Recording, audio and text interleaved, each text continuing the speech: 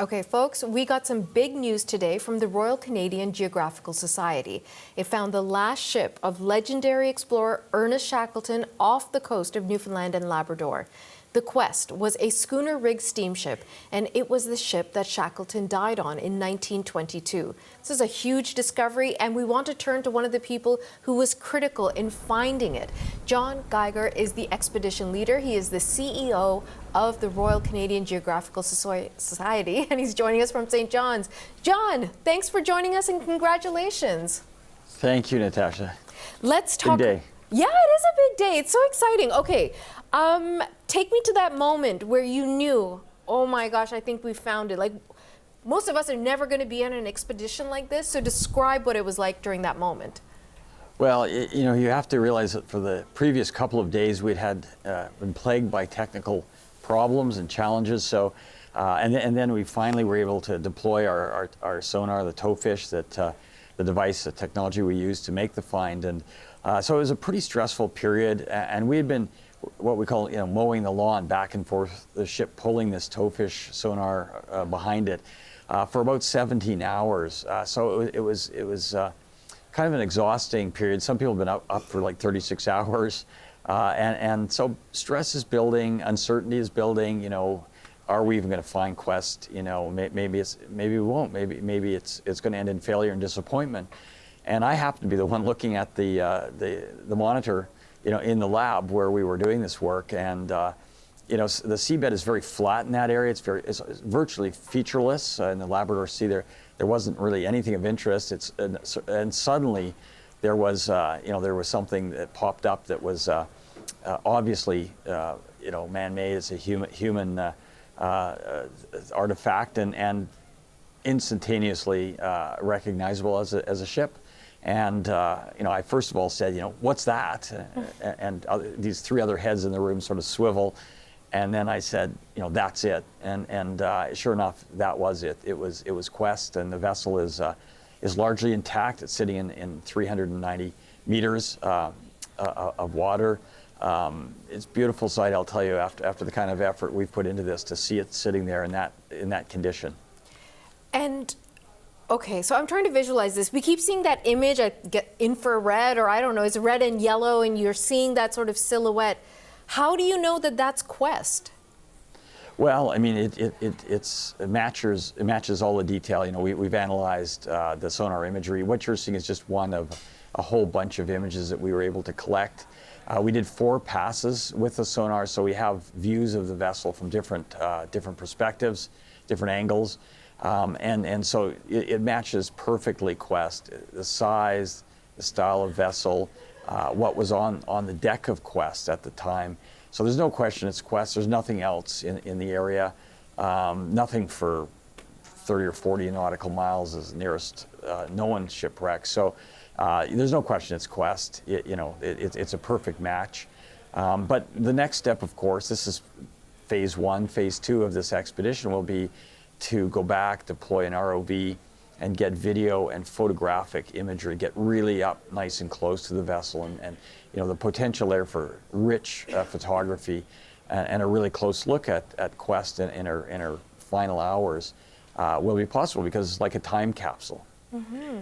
Okay, before you and I dig into the future of Quest, there might be some land lovers listening to the two of us thinking, what the heck? Why is this old ship a big deal? So remind us, Ernest Shackleton, Quest, critical in Canadian history. Talk us through briefly a bit about why we should all care. So Quest was the final expedition ship of the most important polar explorer, Sir Ernest Shackleton, the one, I think, the best known, certainly. He died on Quest, so this was the last place on Earth, was on that vessel. That we had Sir Ernest. So it is very poignant for that reason.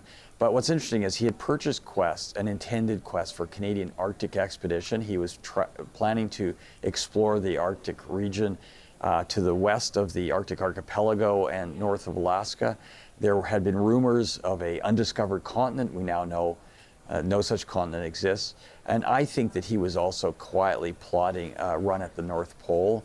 So, you know, he had designs in the Arctic. After a whole career, he had made his name and his reputation, of course, in Antarctica. Initially established the furthest south, getting the closest to the South Pole of any human being. And then, of course, that was later, his record was beaten by Amundsen, Roald Amundsen, the Norwegian explorer. But then he had taken his Imperial Transantarctic expedition on Endurance, and that story, of course, Endurance ended up being crushed in the ice, sank, and he was able to get his crew out of Antarctica and rescue them effectively. And in fact, the irony is that of his 4 expeditions, the only person who died on any of the vessels that Shackleton was in direct command of was Sir Ernest Shackleton himself. He died of a heart attack on quest at age 47.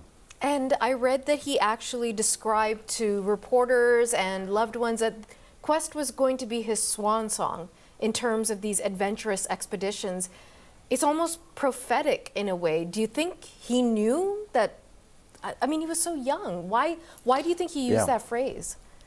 Well, it's interesting you mention that. You know, he was very young, but he had been suffering symptoms of a heart condition. And in fact, on the way to Antarctica, the ship was taken into port in Rio for some repairs. It was proving to be challenging. The engine, the steam engine, was a lot older than the Quest herself. So they had to go into Rio for some repairs. And during that time, he had what many historians believe was a heart attack. But he, you know, obviously not a massive heart attack, but one that he survived, and he kind of brushed it aside. His crewmen were urging that he seek medical attention. He said, no, I'm fine, you know, and carried on. But of course, the stress has continued with the vessel. It was not built for the Southern Atlantic and those massive rough seas, and its engine continued to challenge him. So then he pulls, you know, in his final days, Quest pulls along the coast of South Georgia, the island that he had reached after abandoning Endurance on this earlier Endurance expedition. He had secured the salvation of that crew by reaching South Georgia, where there was a whaling station. So he came along, he revisited some of these places that he had remembered, and he wrote a beautiful sort of poetic entry in his journal. That, you know, the star hung gem-like above the bay. He called it a strange, you know, place. And then he went to bed, and he was dead within a few hours of that. Wow. I mean, I want to drive home to people that this was still at a time, like you said, they thought, oh, maybe we'll find another continent. Like, that spirit of discovery and not knowing is still very much out there. But we fast forward more than 100 years later, and I understand you got to call his great-granddaughter, Alexandra, is it? And tell her about the discovery. Yes, his granddaughter, actually, Okay. the Honorable Alexandra Shackleton, who I know as Zaz, has really been a driving force behind this. She earlier this year, this is Shackleton 150. It's 150 years since his birth, and earlier this year she had worked tirelessly to have a memorial erected to Sir Ernest at Westminster Abbey. So I was there when Princess Anne, the Princess Royal, unveiled this beautiful marble monument to Shackleton. He is where he belongs, in amongst some of the great explorers like James Cook and Sir John Franklin's there, and others in Westminster Abbey. At least memorials to them are there. And what's very touching is on the memorial you have the names of Shackleton's vessel, and Quest is written there. So, you know, it's remarkable just a few months ago to have seen that beautiful monument, and then just you know, so recently to have seen the wreck itself and to find Quest. Was she as excited as you'd hoped? I heard she was a little British in her response, quite muted.